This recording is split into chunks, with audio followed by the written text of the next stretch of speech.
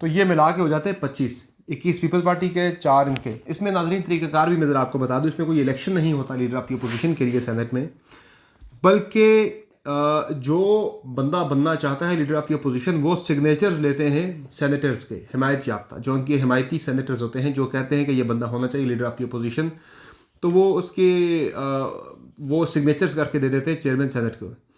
اب یہاں پہ چونکہ 52 اپوزیشن کے ممبرز ہیں، تو 52 میں سے جو بندہ بھی 27 سینیٹرز کے دستخطوں کے ساتھ دے دیتا ہے اپلیکیشن صادق سنجرانی کو، تو وہ نوٹیفائی ہو جائے گا لیڈر آف دی اپوزیشن۔ اب جو نمبر گیم جس طرح میں آپ کو بتا رہا ہوں کہ Peoples Party, B N P Mengal کے ممکنہ طور پر اور اے این پی کے ملا کے ٹوٹل ہو جاتے ہیں 25، اور نون لیگ اور اس کے جو اتحادی یا اس کے جو قریبی پارٹیوں کو سمجھا جاتا ہے جو اس کی حمایت کر چکے ہیں نون لیگ کی، ان میں نون لیگ کے 17، جے یو آئی کے 5، پی کے میپ کا 1، آزاد جو پی کے میپ کی ہیں وہ 1 ہیں پختون حاملی عوامی پارٹی کی، نیشنل پارٹی کے 2 ہیں، تو کل ملا کے یہ بنتے ہیں 26 ہے نون لیگ کے پاس، 25 ہے پیپلز پارٹی کے پاس۔ آج پیپلز پارٹی گئی ہے جماعت اسلامی کے 1 ووٹ کے لیے، سینیٹر مشتاق صاحب کے ووٹ کے لیے، اگر وہ بھی انہیں مل جاتا تو دونوں کے ہو جاتے ہیں 26۔ اب ناظرین جب 26 ٹائی پڑ گئی 2 ایسے امیدواروں کے درمیان کہ جو دونوں لیڈر آف دی اپوزیشن بننا چاہتے ہیں، تو اس کے لیے قانون موجود ہے۔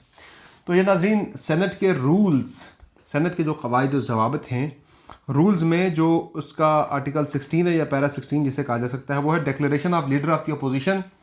اس میں ایک تو لکھا گیا کہ جو میکسیمم سگنیچر لے کے آ جاتا ہے وہ چیئرمین وہ بن جاتا ہے لیڈر آف دی اپوزیشن، لیکن جب 2 کے برابر ہو جائیں تو وہ 16(3) جو کلاز ہے اس کی وہ کہتی ہے کہ اگر 2 یا اس سے زیادہ ممبرز جو لیڈر آف دی اپوزیشن بننا چاہتے ہیں، ان کی حمایت میں، ان کی سپورٹ میں جو بندے ہیں، ان کی تعداد اگر ہو جاتی ہے برابر، یعنی 26 جس طرح میں یہاں پہ ہوتے نظر آ رہے ہیں، تو جس پارٹی کے سینیٹرز کی تعداد زیادہ ہوگی، نومیریکل اسٹرینتھ جس پارٹی کی زیادہ ہوگی، اس پارٹی کی اپنی جس کی زیادہ ہوگی، تو اس پارٹی کا بندہ لیڈر آف دی اپوزیشن بن جائے گا۔ تو یہاں پہ پیپلز پارٹی کے 21 ہیں، نون لیگ کے 17 ہیں، تو اگر یہ لڑائی پڑتی ہے تو پیپلز پارٹی کا بن جائے گا لیڈر آف دی اپوزیشن۔ اور مزے کی بات یہ بھی ہے کہ نون لیگ کے جو ہم 17 گن رہے ہیں، ان میں سے 9-10 تو ایسے ہیں جو کہ ریکارڈ میں وہ انڈیپینڈنٹ آ رہے ہیں۔ آپ کو یاد ہے کہ جب 2017 میں میاں نواز شریف کی نائلی کے بعد جب سینٹ کا الیکشن ہو رہا تھا، تو میاں نواز شریف پارٹی کے صدر تو بن گئے تھے، لیکن ان کے ہاتھ سے جاری کیے گئے ٹکٹس کو ثاقب نثار صاحب نے ٹرن ڈاؤن کر دیا تھا، تو ان کی پارٹی کی طرف سے الیکٹ ہونے والے تمام سینیٹرز کو انڈیپینڈنٹ سمجھا گیا تھا۔ تو وہ انڈیپینڈنٹ ہی سمجھے جائیں گے نون لیگ، اس اعتبار سے دیکھا جائے تو ان کے کل 5 یا 6 سینیٹر بنتے ہیں اس وقت سینٹ کے اندر جو ان کے ٹکٹ پر ہیں۔ تو یہ تو پھر لے جائے گی جی پیپلز پارٹی، باوجود اس کے ایک ایگریمنٹ ہوا تھا، ایگریمنٹ کو پیپلز پارٹی نے توڑ دیا۔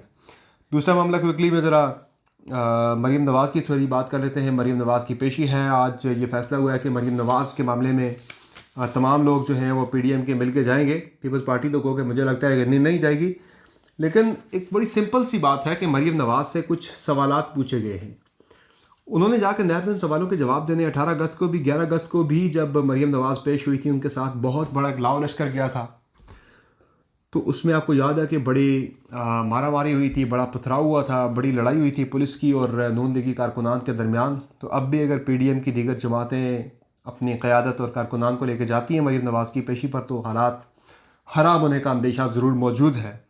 جو سوالات ہیں مریم نواز سے پوچھے گئے مختصراً میں آپ کے سامنے رکھتا ہوں کہ معاملہ کیا ہے۔ چودھری شوگر ملز کی جو تحقیقات ہیں نیب کرنا چاہ رہا ہے، اس میں ان سے سوال مریم نواز سے نیب یہ پوچھنا چاہتا ہے کہ 1992 میں مریم نواز نے 86,40,000 روپے کہاں سے چودھری شوگر ملز کو دیے۔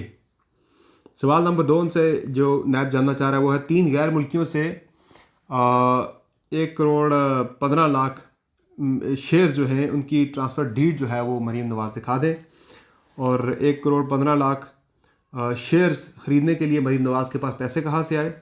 یوسف عباس اور عبدالعزیز عباس جو کہ مریم نواز کے کزن ہے کے اکاؤنٹ سے 23 کروڑ روپے چودھری شوگر ملز میں کیسے آئے، یہ سوال پوچھا جا رہا ہے۔ پھر چودھری شوگر ملز کو 4,23,00,000 روپے کا قرضہ کن ذرائع سے دیا گیا۔ چودھری شوگر ملز سے 7 کروڑ روپے ذاتی اکاؤنٹ میں آنے کی تفصیلات بھی مریم نواز سے طلب کی گئی ہیں۔ یہ وہ سوالات ہیں جو ان سے پوچھے جانے ہیں، ان کا جواب وہ دے دیں۔ دوسرا معاملہ ہے مریم نواز سے جو اراضی تحقیقات ہیں ان پر یہ پوچھا جانا ہے کہ 2013 میں 1440 کنال اراضی خریدنے کے پیسے مریم نواز کے پاس کہاں سے آئے۔ رائے گڑھ کی رہائشی اراضی کو زرعی زمین میں تبدیل کر کے فائدہ لیا گیا، اور ایک بات جو نیکسٹ ان سے جاننی ہے نیب نے وہ یہ ہے کہ اراضی کے لیے لاہور کے 2004 کے ماسٹر پلان کو 2013 میں تبدیل کیوں کیا گیا. سمپل ان سوالات کے جوابات جا کے دینے ہیں مریم نواز نے. اس کے لیے اتنا بڑا لشکر لے جانے کی ضرورت نہیں ہے چونکہ حالات خراب ہو سکتے ہیں. یہ کہنا کہ ہم حالات خراب نہیں کریں گے، لیکن جب آپ اتنے بڑے ہجوم کو لے کر جاتے ہیں تو حالات خراب ہو سکتے ہیں. پہلے بھی ایسے ہوا تھا، ابھی ایسا ہونے کا اندیشہ موجود ہے. یہ اس میں پیپلز پارٹی تو میری جو اطلاع وہ نہیں جا رہی مریم نواز کے ساتھ ان کی پیشی پر 26 مارچ کو جو ہونے جا رہی ہے نیب میں. چونکہ آج بلاول بھٹو زرداری نے لاہور میں بیٹھ کر جو مریم نواز اور نون لیگ کی قیادت کو سخت تنقید کا نشانہ بنا ڈالا ہے. بلاول بھٹو زرداری نے ایک تو واضح کہا ہے کہ جو مریم نواز نے ٹویٹ کیا تھا کہ کسی عمران خان کی جگہ پہ اس کا متبادل تیار کیا جا رہا ہے، somebody is being fostered، تو اس کا ان کا اشارہ تو ظاہر کلیئرلی بلاول بھٹو زرداری کی طرف تھا. اس پہ بلاول صاحب جب سوال ہوا کہ مریم نواز کے اس ٹویٹ پر، تو انہوں نے کہا کہ وہ پارٹی کی نائب صدر ہیں، اگر ہمیں جواب دینا ہو تو ہماری پارٹی کا نائب صدر ہی جواب دے گا. تو بلاول تو یہ آج انہوں نے میسج دے دیا کہ مریم نواز ان کے پائے کی سیاستدان ہی ہے عہدے کے اعتبار سے. دوسرا انہوں نے شریف خاندان کو تنقید کا نشانہ بنایا. انہوں نے کہا کہ لاہور کا ایک خاندان، جب انہوں نے کہا کہ آپ سلیکٹڈ ہونے جا رہے ہیں کیا، تو بلاول نے یہ کہا کہ میرے خون میں یہ ایسا نہیں ہے کہ میں سلیکٹ ہوں، یہ میرے خون میں شامل نہیں ہے یہ چیز. اور دوسرا نے کہا لاہور کا ایک سیاسی خاندان ماضی میں سلیکٹ ہوتا آیا ہے. تو وہ کلیئرلی نون لیگ کو انہوں نے ہٹ کر دیا. ساتھ ہی ساتھ دوسرا بڑا معاملہ تھا نون لیگ اور پیپلز پارٹی کی لڑائی کا، وہ تھا لانگ مارچ سے پہلے پیپلز پارٹی کے استعفے نہ دینے کا معاملہ. تو اس پہ بھی پیپلز پارٹی نے آج بڑا واضح کیا بلاول نے کہ مجھے حیرت ہے کہ یہ معاملہ کس نے اٹیچ کیا. پیپلز پارٹی کے لوگوں سے جب میری بات ہوئی، کئی لوگوں سے میری بات ہوئی، وہ یہ کہتے ہیں کہ در حقیقت نون لیگ اور جے یو آئی خود لانگ مارچ کے لیے تیار نہیں تھیں، اس لیے انہوں نے پیپلز پارٹی کے ساتھ یہ شرط اٹیچ کر دی کہ لانگ مارچ سے پہلے استعفے دینے پڑیں گے. حالانکہ 8 مارچ کو اسلام آباد کے میریٹ ہوٹل پر جو میٹنگ ہوئی تھی پی ڈی ایم کی، اس پہ پیپلز پارٹی یہ کہتی ہے کہ ایسی کوئی شرط نہیں رکھی گئی تھی کہ لانگ مارچ کے ساتھ استعفے بھی ہوں گے. تو یہ معاملہ سارا ایک دوسرے پر ڈالا جا رہا ہے. تو یہاں پہ اب بلاول اس پہ حیرت کا اظہار کر رہے ہیں کہ آخر یہ کس کا آئیڈیا تھا کہ یہ لانگ مارچ کے ساتھ استعفے بھی دیے جائیں. پی ڈی ایم لڑ پڑی ہے جی، آپس میں بڑی شدید لڑائی ہو چکی ہے. اور آنے والے دنوں میں میری اطلاع تو یہ ہے کہ پیپلز پارٹی اور نون لیگ کے درمیان کسی قسم کے حالات ٹھیک ہونے کا، کسی قسم کا دور دور تک کوئی امکان نظر نہیں آ رہا. جس لیول کے بیان بازی اس پہ رد عمل کا سلسلہ شروع ہو چکا ہے، تو یہ لڑائی آنے والے دنوں میں مزید بڑھے گی. عمران خان صاحب کی تصویریں آ جائیں یہ بڑے ریلیکس ہیں، بڑے کانفیڈنٹ ہیں. کورونا وبا کے حوالے سے بھی اللہ انہیں صحت کاملہ عاجلہ عطا فرمائے، فرسٹ لیڈی کو بھی، انہیں بھی، اور جو بیمار ہیں سب کو اللہ صحت عطا کرے. اور پی ڈی ایم کے والے سے بھی وہ بڑے کانفیڈنٹ ہے کہ پی ڈی ایم ان کا کچھ بھی نہیں بگاڑ پائے گی، چونکہ پی ڈی ایم آپس میں لڑ پڑی ہے. ابھی جنگ ختم نہیں ہوئی تھی، پہلے ہی مال غنیمت کی تقسیم پر لڑائی ہو چکی ہے پی ڈی ایم کی قیادت کے درمیان، پی ڈی ایم کی پارٹیوں کے درمیان.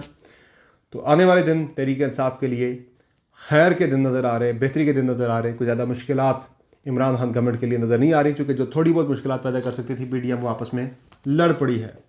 کافی گفتگو ہو گئی ہے. کل مزید ڈیٹیلز کے ساتھ آپ کی خدمت میں حاضر ہوں گا. براڈ شیٹ والا معاملہ رہ گیا ہے، اگلی ویڈیو میں وہ اس کی تفصیلات میں آپ کے ساتھ شیئر کروں گا. فی الوقت اجازت دیجیے، اللہ حافظ.